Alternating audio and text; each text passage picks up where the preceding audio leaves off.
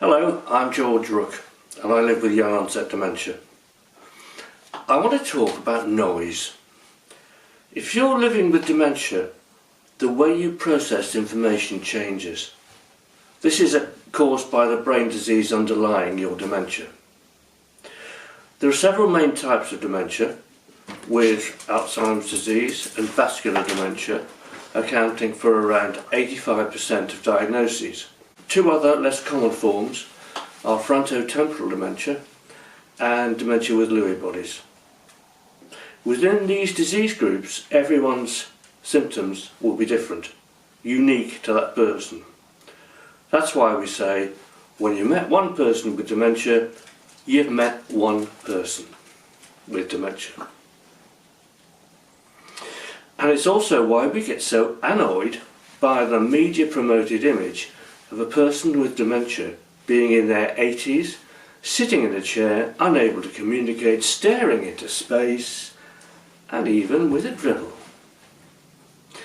Any disease starts somewhere and develops over time. If you've dementia, you are somewhere on that continuum, with symptoms that can be trivial, or a bit annoying, or quite challenging, or downright disabling. To complicate this further, we have good days and bad days. Even good hours and bad hours. We may know when one is coming, but often we don't. And when the fog descends, sometimes it's just a thick blanket that prevents us from thinking clearly, or indeed doing anything much.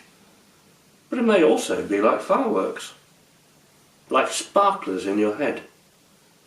You can seethe and rage, or be unable to sit still, or want to sweep everything off the table.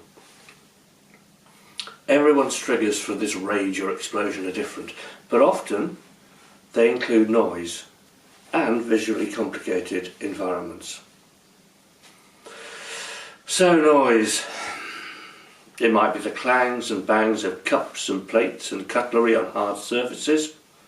It might be the hissing of coffee machines, or it might be that muzak in the background which you can't escape from.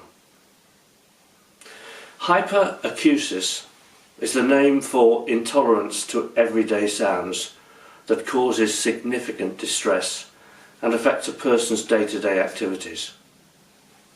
There's considerable work going on to study the apparent link between the brain disease underlying dementia and hyperacusis. As the definition states, hyperacusis can cause really significant distress. Motorbikes, empty lorries, food trolleys with high, loose mesh sides, someone shouting close by, lots of loud conversation in a small space or a very echoey hall. Why do these noises gradually swamp our brains? It's not just because we're getting older and have come to enjoy a bit of peace and quiet. It's because our brains are less able to process the data. It takes longer for the neuronal networks to connect, bypassing the tangles and plaques which are destroying our brains, and to find the new routes to process the data and access memories. If I hear a bang, I have to work out what it is and check it's not a threat to me. That's a completely normal human reaction. That which used to be completely instant and automatic becomes a labour, and that's tiring and disturbing. If I'm in a cafe and there are a few conversations going on around me, and the coffee machine is hissing and clanking, with the grinder grinding, and the barista banging the used coffee grounds out of the metal holder, what am I listening to? I've got to filter out all those noises I don't want to listen to in order to hear the person speaking to me, or to formulate my words and sentences, or just to think quietly in my head. That's why I avoid noisy places, noisy cafes and noisy pubs, noisy restaurants. And that's why a dementia-friendly environment is quiet. It has good sound deadening, little echo as little echo and reverberation as possible, without background music or local radio. My local GP surgery plays the radio so that conversations at reception cannot be listened to. And possibly because they think it keeps waiting patients relaxed. There's nothing more annoying than the constant rattle of a radio presenter whittering just too quietly to be understood, or songs that you really don't want to hear. They all use up your reduced cognitive reserve, so that you may not be able to think about what you're going to say to the doctor. So what can pubs and restaurants do to help us, and thereby to get our custom, so they become a place where we enjoy spending our money? Have a quiet area and label it quiet area, away from the bar or the cooking area, which is increasingly open on show and noisy nowadays. Have walls between different areas so noise doesn't carry so easily across the whole space. Locate the coffee machine away from the public area. Get a quieter one? Serve filter coffee instead. Turn the music off, at least in the quiet area.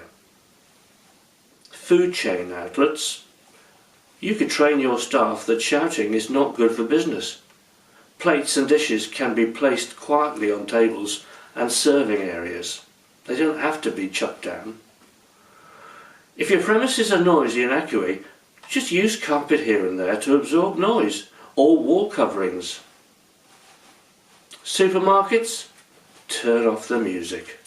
Keep your announcements to an absolute minimum, and again, at least do this during quiet shopping sessions. Half day a week could be a real attraction to us. And what else can you do? You can put some chairs out during the quiet shopping centres. Get your staff to become dementia friends. Get rid of those black doormats at the entrance, because they look like big holes to some of us. Reduce the notice clutter. Less is more. Make labels and signage really contrasty and don't use all capitals lettering. It's really difficult to read for anybody. Shops can lighten their premises. Nice and light and bright if you want us to come in. And turn that music off, please. Make sure any steps are really well picked out with bright edging and in light coloured covering if possible. Hotels, avoid those highly awful patterned carpets and mirrors everywhere. Keep lifts simple with large well-lit control buttons and without mirrors. The latest hotel refurbishments that I've seen to have visited have gone for darkness and mirrors and glitter and reflections. Everything we can't cope with. We cannot process all the changes and shapes and images. We can't work out what's real and what might be a wall or a hole. We won't go there.